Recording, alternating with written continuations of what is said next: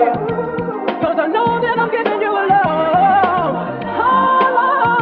A love that you can resist, baby. Move over, Denzel.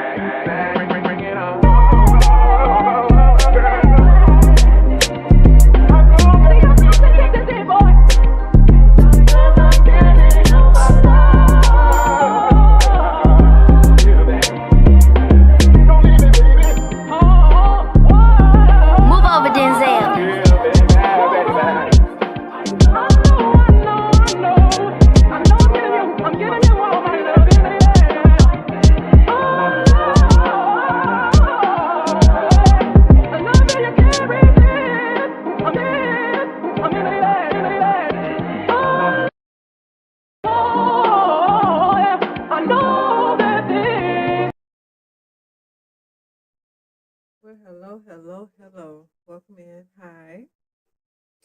Thank you for clicking and liking. And if you haven't like the video. I mean, I know it's kind of early, but hi. Thank you for clicking on the video. As you can tell by the title, we're going to be talking about Katt Williams, Deion Sanders, and my favorite lady, Quinte. Is it Quinte? Quinta? Quinta? Quinta? That sounds about right. And speaking about Quinta and her divorce, I didn't know that she was divorcing. I didn't really care actually, but I found it quite interesting. So I said, you know what? I want to talk about that. Well, I want to read it. You know, I don't read or look at anything until I come on here. But I did want to look at that as well as Katt Williams. He's regretting doing the Shannon Sharpe interview. And there's rumor buzz going around on Instagram and TikTok about Deion Sanders suing the White House. Well, that white lady, that blonde lady, Karoline. So let's see here. Let's just get comfy. You know, I mean, I ain't gonna be here for a long time. I might as well get comfortable while I'm here, right. So, I hope you guys' day is going well. You know, I hope that you were able to achieve whatever you were setting out to get done or achieve today. My day went well. I finished up my food from yesterday, so I ate leftovers today. I have a salad that I prepared that I'm gonna eat when I get off of here. Lettuce, tomatoes, a little bit of tomatoes, not a lot. Some green apple, some walnuts, some almonds, some cranberries. I didn't put any bacon bits in it, but I'm gonna probably put some bacon bits in there. And then I like to have me a little vinaigrette, like some balsamic, and then either like some French dressing, a Thousand Island. I like to have like two dressings on there. I don't know. I love it. Judge your mother. Don't judge me, child. So anyway, so I want to first start addressing the rumor, right? So no, it is false that Deion Sanders is suing Caroline Leavitt. So the rumor, which has been circulating online, is connected to other fake stories about her getting sued, you know, just for defamation by other celebrities. Now, the false information seems to be based on these facts, like in April 2025, the White House press secretary, which is what her position is, implied that a social media post by Trump was responsible for Deion Sanders' son being drafted to the Cleveland Browns. Then it was another remark that Trump had criticized the NFL owners for not drafting Sanders earlier. Then, when asked about Trump taking credit, um, Caroline responded, "I think the facts speak for themselves on that one, as if it was because of Trump they went ahead on the draft of that young man." So that led to a surge of online posts circulating about the events, which which started spreading misinformation. Fake news report that John Legend was suing this lady. Coco Golf was suing this lady. Barbara Streisand. I mean, it's really becoming like clickbait. So no, there is no lawsuit for $50 million from Deion Sanders suing this white lady about no nothing. So that was all a lie. People made lies up. It was just a lie. People just was lying. People had nothing else better to do. It's cessation. People want to sensationalize everything. That's what we live in right now, right? That is really what we living in. So now, y'all see that beautiful black thing on that screen, right? hmm So, um, Quanta, the actress, she is giving half of her fortune to her ex plus alimony. Now, I know some of the girlies and some of the boys and girls are probably saying, well, shit, she got it. You know what I'm saying? It's like if you got, like Bill Gates, it's like, okay, he gave that lady like half his fortune. Okay, and then other dude, Amazon, he gave her like half your fortune, but you still like one of the richest men in the world, right? So it's like, well, what does that matter? Ask Tony Braxton. Remember when she signed that $5,000 a month alimony to that dude back in the day when she was balling like out of control, and she's still paying it now. Regret it to this day. I don't know. She has said it a couple times. I'm just feeling like the sentiment is still there. Because if she's still paying it, I still be mad. Because you got to think $5,000 today. That's still a nice chunk of change, and she was paying that back in the day. Child, that man, hmm, that man know. Let me tell you something. People know they got a sucker, they licks it, and I'm talking about it. And if you good, you gonna lick it good. Anyway, so hold on, these dogs are just too dang on loud. Hold on.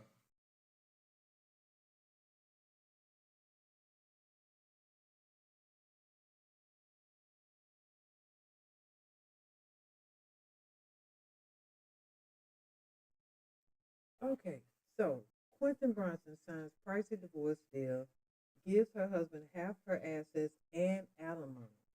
Okay, so Media Takeout has some exclusive tea on Emmy award-winning Abbott Elementary star Quante Brunson.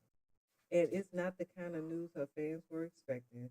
The comedy genius just finalized her divorce agreement with estranged husband Kevin J. Ankin. And let's just say it came with a very expensive price tag. Ah, this is ridiculous. According to folks close to the actress, Quante agreed. See, it always be the ones close to you.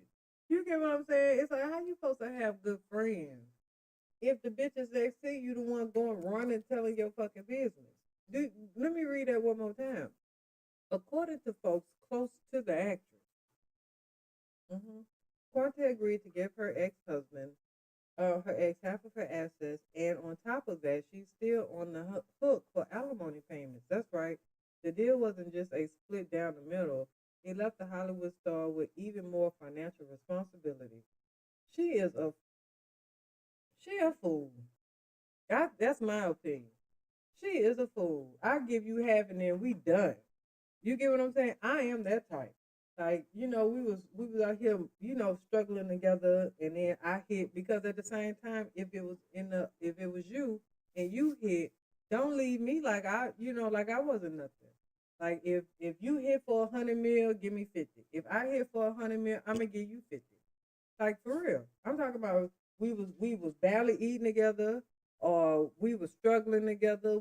You know what I'm saying? We went from my mama or your mama house to an apartment, to a better apartment, to a town.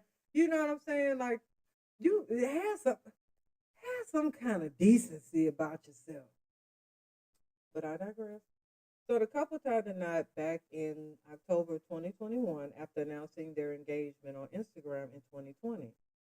Despite being one of the most recognizable faces on TV, Bronson always kept her relationship out of the spotlight. She only mentioned her ex-husband briefly in award acceptance speeches and interviews, choosing to keep her marriage as private as possible. So when word of her divorce filing hit public records earlier this year, many fans were shocked.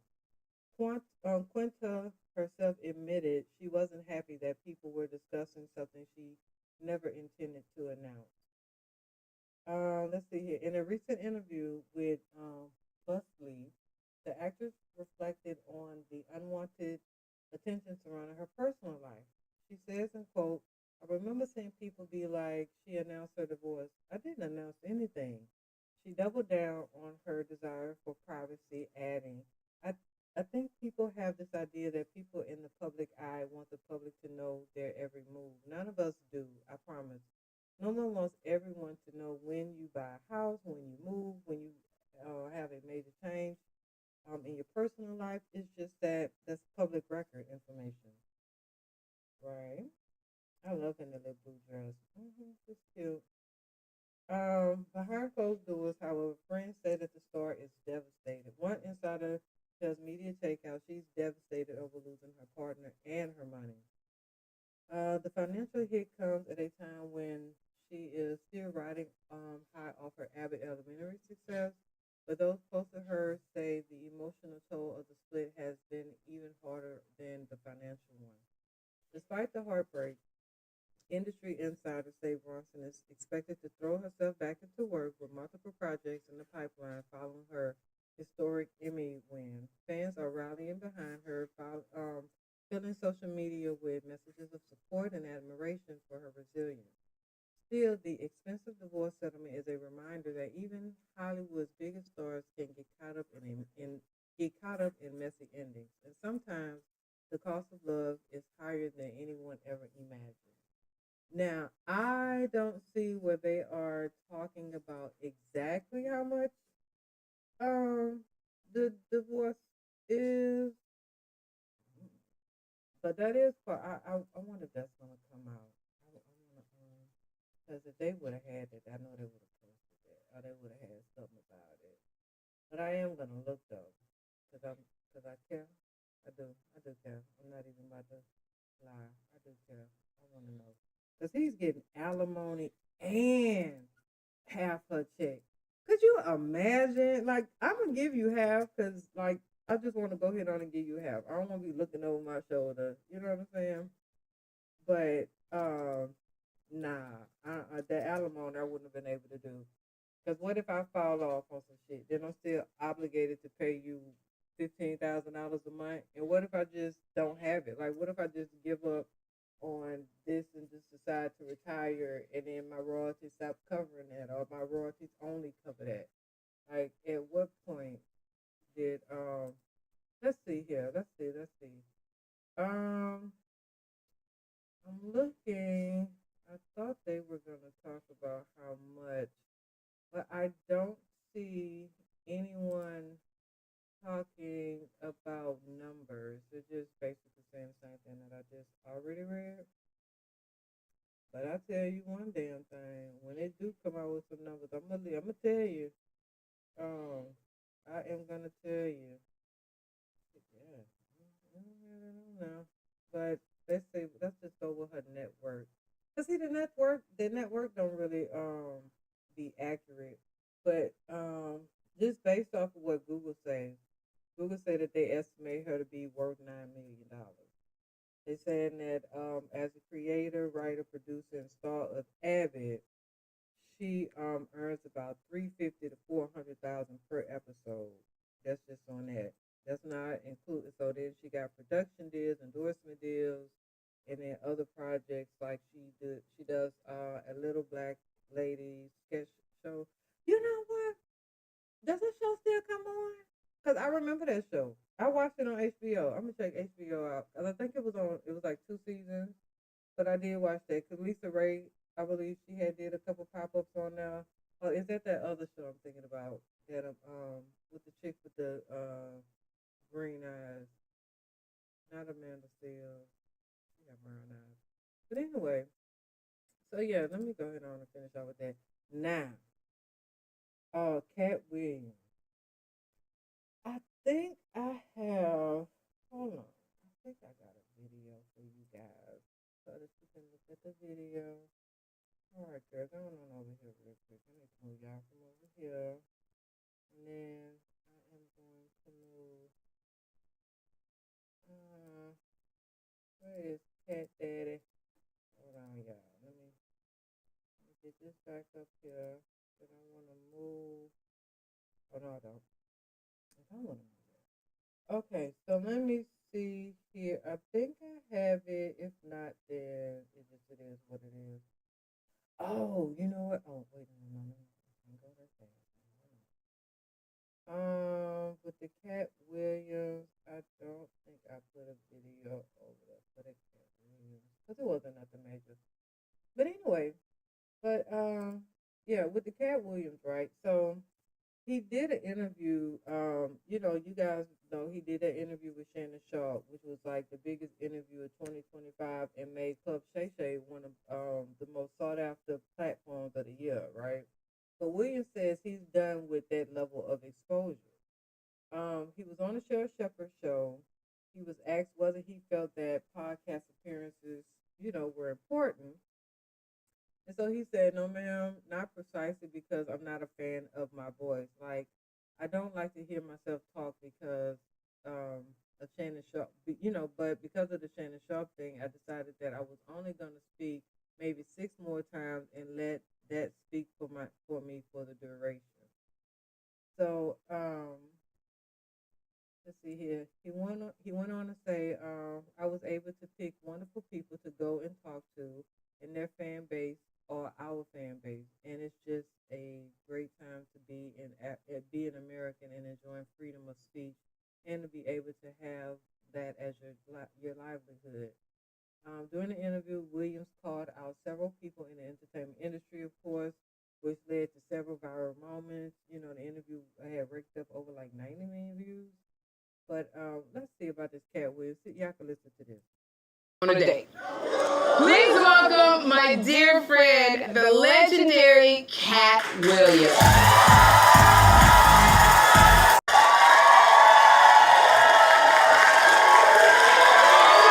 In over 7.5 million views. And thank you for that. But I don't know if you saw some of the comments that people said about us when you came on.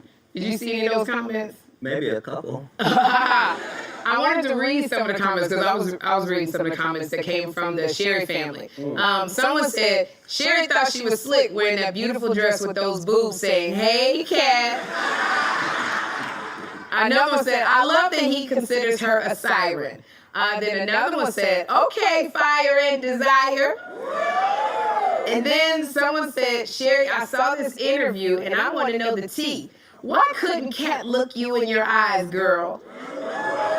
So, you got any response to any of the comments? First of all, thank you. But I'm almost certain that all 7.5 million views were for you. No, that's not true. So that's number one. And number two, even the questions, they're only asking you stuff. Oh, okay. They wanted to know why I didn't look. I like Sherry Shepherd. Now, I'm not going to lie. I haven't watched the show one good goddamn time. But, kudos to her. You're not. Why you didn't look me in the eye? Yeah. Right. Well, your privacy has always been important to me, and I would never say something that you didn't say. But I know that if you look at me, then clearly the world will know that you've already had the forbidden fruit.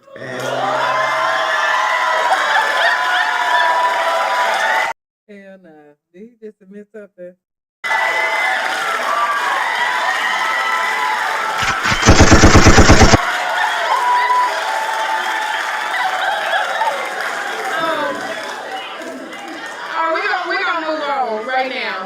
You know, one thing that I love was your interview with Shannon Sharpe. You know, I hope she asked him how he feel about. Okay, now we about to see why I either don't like or what not like. We about to see why I either don't watch her show or I'm about to start watching her show. when you did the interview with Shannon Sharpe, it made like it was an internet sensation. Cat over 90 million views. It got a Webby Award and a People's Choice Award. I mean,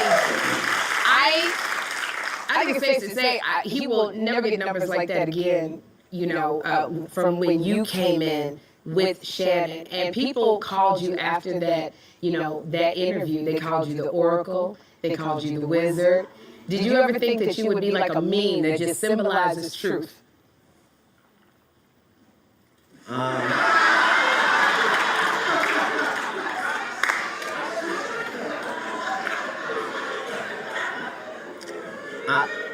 I'm a follower of Jesus Christ, so I want everything that comes along with that, even if it's not good. Like, this is kind of what I signed up for. So that particular interview was certainly a blessing that I was even able to be involved. But I told you in that alley behind that restaurant that Not the alley behind the restaurant. that you were going to have a trajectory that was going to be important, that no man be able to come later and say that they did this for you and this was the reason why you got to this plateau that you're at, that it was really going to be just you and God in that journey. And I'm very proud that that's what happened.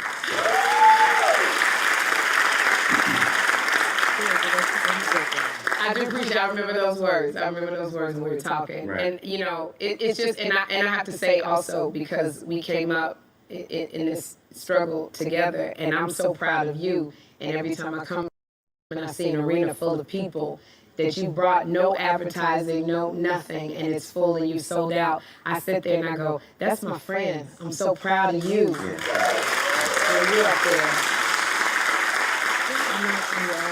I just, you know, I love seeing you on the different podcasts that you come on. It's all different kinds of audiences, which I love about you, Kat. Joe Rogan, Theo Vaughn, Carmelo Anthony. Is it important for you to do podcasts? Or the different kinds of podcasts? Okay, now I wanted her to ask him. I know that would have been kind of messy. You know what? I like the fact that she didn't go off the topic and she kept it centered around Kat. So I'm not even mad at it. I ain't mad at it at all. But yeah, go and watch the rest of the interview. It's on Sherry Shepherd. She, you know, it looks like it's how much love for the interview? Well, hold on, I can play the rest. That you do? No, ma'am, not precisely, because I don't. Not him calling her ma'am. I don't. I'm not a fan of my voice. Like, I don't like to hear myself talk, but because of the Shannon Sharpe thing, I decided that I was only gonna speak maybe 6 more times, and let that speak for me for the duration. And so I was able to pick wonderful people to go and talk to, and their fan bases are our fan base, and it's just such a great time to be an American and to enjoy freedom of speech and to be able to have that as your livelihood. Absolutely. It's like, you know, when you're on stage, when you're actually doing your tour, because this is, congratulations, this is your 24th comedy tour. Okay, so yeah, I saw Kat when he came down. I saw Kat in New Orleans, and I saw when he came out in Houston. So yeah, go and check that out. I like Katt Williams. So, you know, if you got time. And so, yeah, so that was really what I wanted to come in here and talk about. Perfect timing. So I think I'm going to have enough time to do a show two, which I'm going to be talking about. Who am I talking about on show two? Oh, Nas, Jay-Z, Michael Porter. Well, it'll be on the next episode. But anyway, I do want to thank you guys for tuning in and messing around with me for this little bit of time. And yeah, like, share, subscribe, and consistency is key. And I will talk to you guys later.